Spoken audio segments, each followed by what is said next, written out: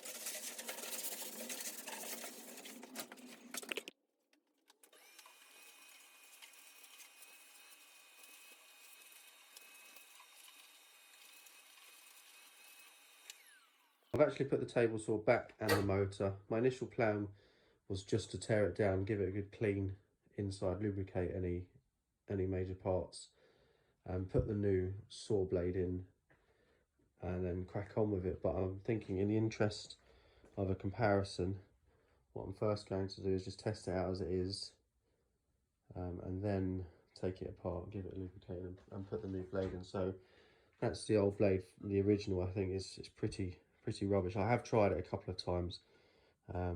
It works, but yeah, it's blunt as anything. This is a new blade from Axmeister, the Excalibur range. So I've checked it meets all the right settings, etc. So we're going to chuck that in once I've taken it, or once I've tested it out first as it is. So one of the first things I noticed that's wrong with this saw, or rather not great, is the height adjustment for the saw blade is very stiff. This is the locking nut to lock it in place, and this is the handle to make the blade go up and down. So as you can see, it's not too bad here, but then it sort of jams up. Starts to get really difficult to about there, and then it won't go any lower really. I'm hoping that's not a major design flaw. I think it's probably some sort of gunk in there somewhere on the thread. I'm hoping. Anyway, I'm going to be cutting a bit of 18mm ply.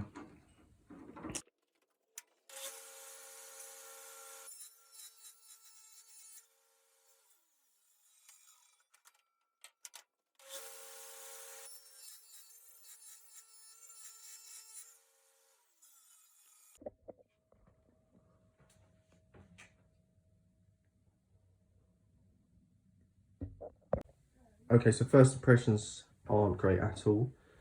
One thing I noticed straight away is the off switch being here is completely useless, dangerous as anything, so I'm going to try and move that somewhere.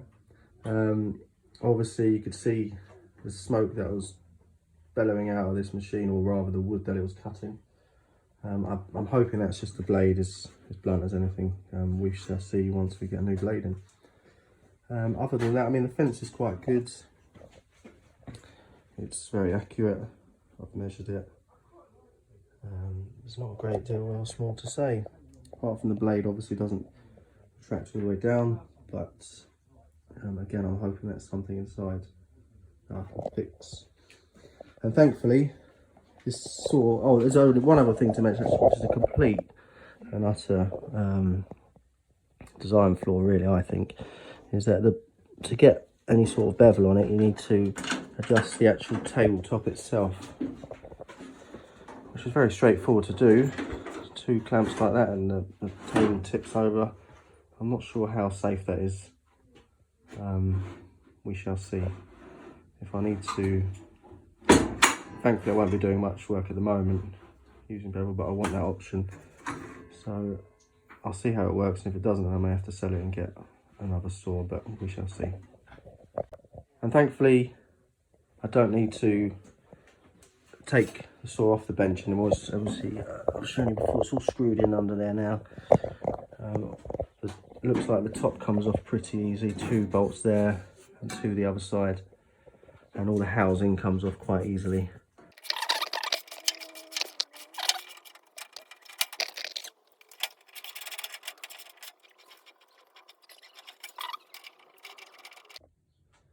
Right, okay, we've got these 3 bolts out now, so the way to get this off is unclip that, and turn the saw up, and that exposes this, comes off quite nicely.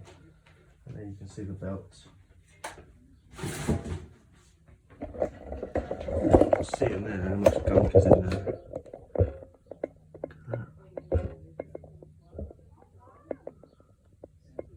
Now I'm going to get the top off.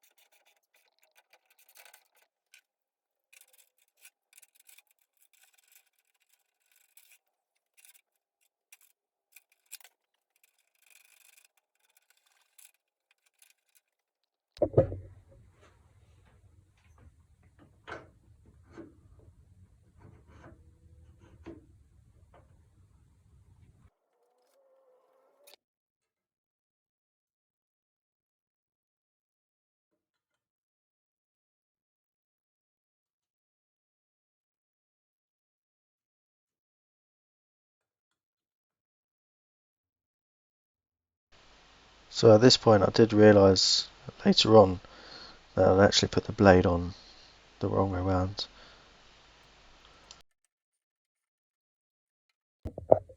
So here's the blade round the right way once I'd realised my mistake.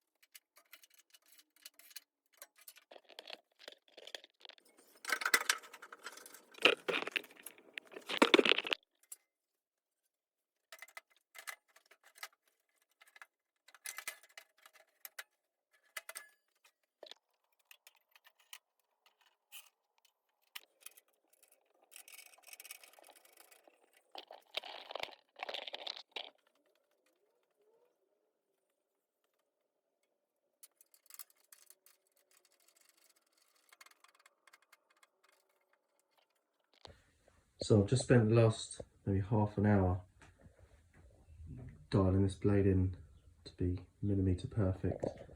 It was a bit out, so I've had to undo those 2 bolts there on either side.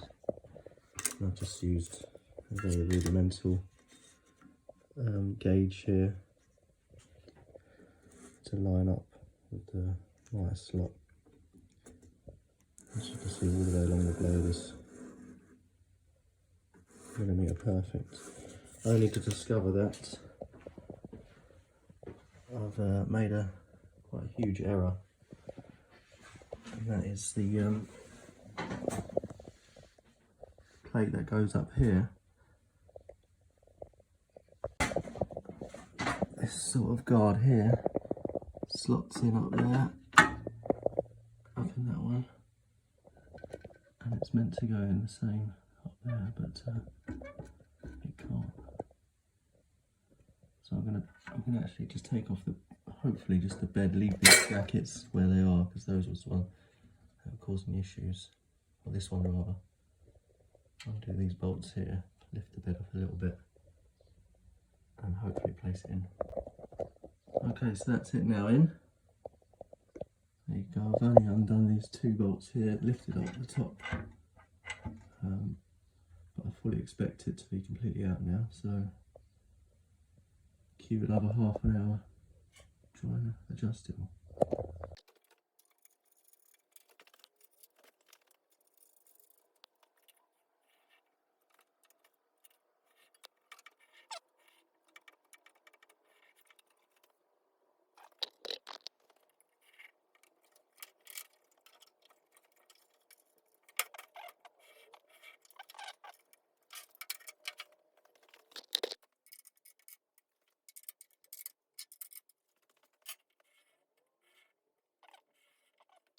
So now I want to make sure that the blade is 90 degrees to the bed of the table.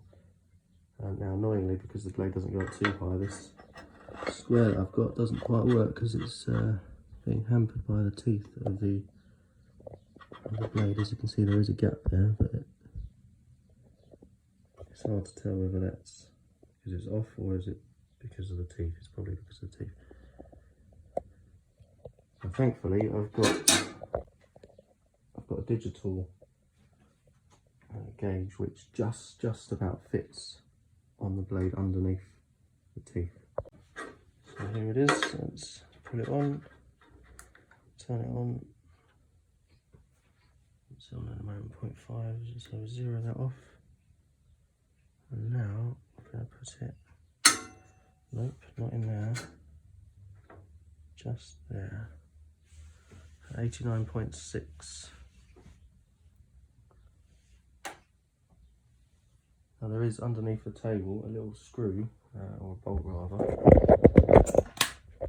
You can adjust it just up in there, so I'm going to ever so slightly adjust that until I get to 90.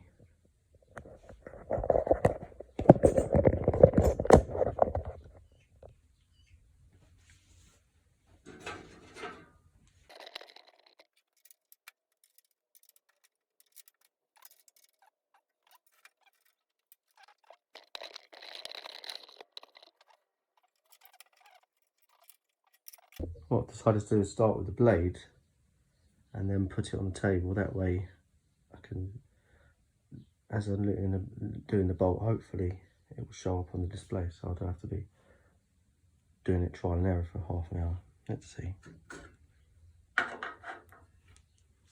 So 89.4, same readings we had before. Okay. Now what I need to do is just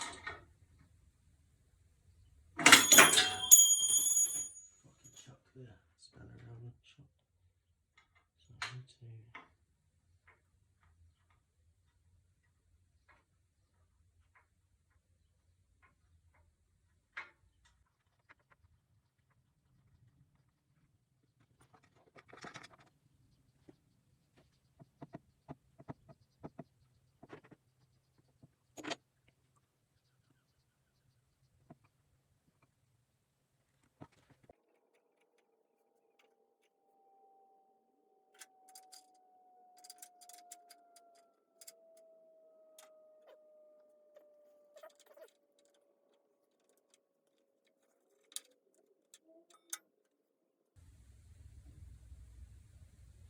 right, I can deal with that. Let's see.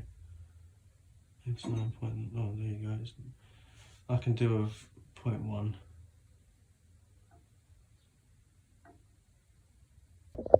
Okay, so now I think the only adjustment to do is the fence. So I'm using a straight edge here, and it's in between the teeth, so it's completely flat against the blade, and it's quite a bit out at the moment. So let's undo here.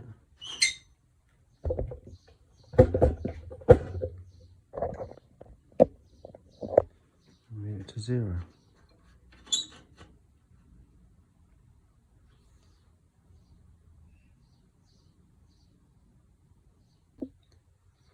Actually, from what I can tell, this side of the fence is probably going to use the most because there's not much left here, so I'll do it from this side.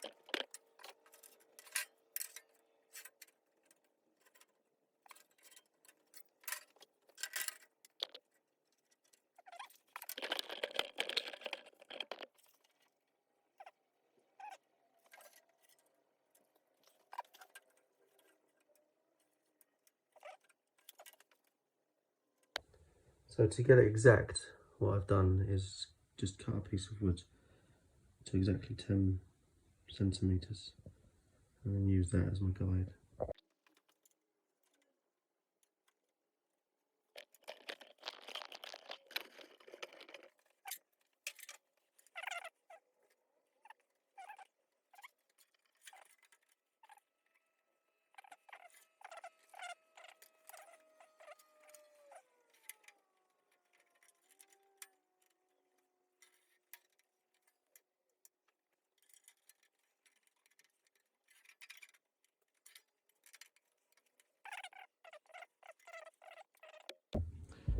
Okay, so that's all put back together. I've got my dust extractor on ready to go. Here's the moment of truth. Let's see how we get on.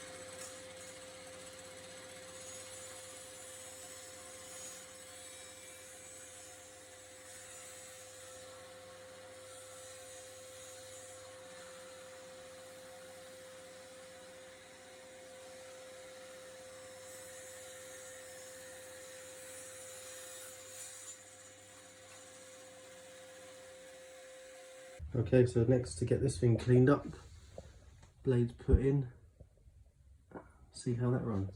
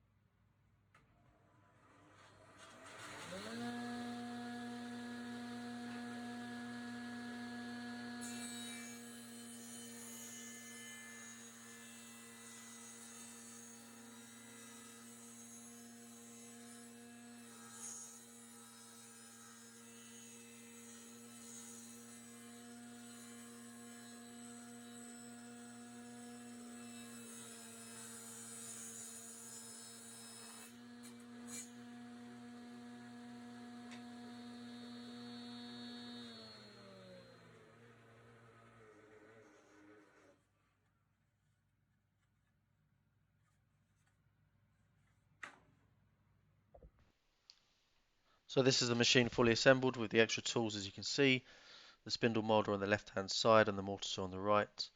I did end up selling this machine at a small profit than what I actually paid in order to buy a new table saw, which is the DeWalt DWE7485. I will be doing another video to review this product shortly. I got rid of this one for several reasons. The first major one was that the table saw was very limited due to the small area of the bed and no real options to increase. I also needed a proper workbench to be able to assemble projects, and this machine just took up too much space. I was gutted to see the thickness of planer go, as it was very good, solid, and did a wonderful job. But I've since purchased a trend one, which isn't as good, I would say, but I will be doing a review of this shortly. Again, if you've got this far, thank you very much, and please subscribe, as I'll be uploading a lot more content shortly.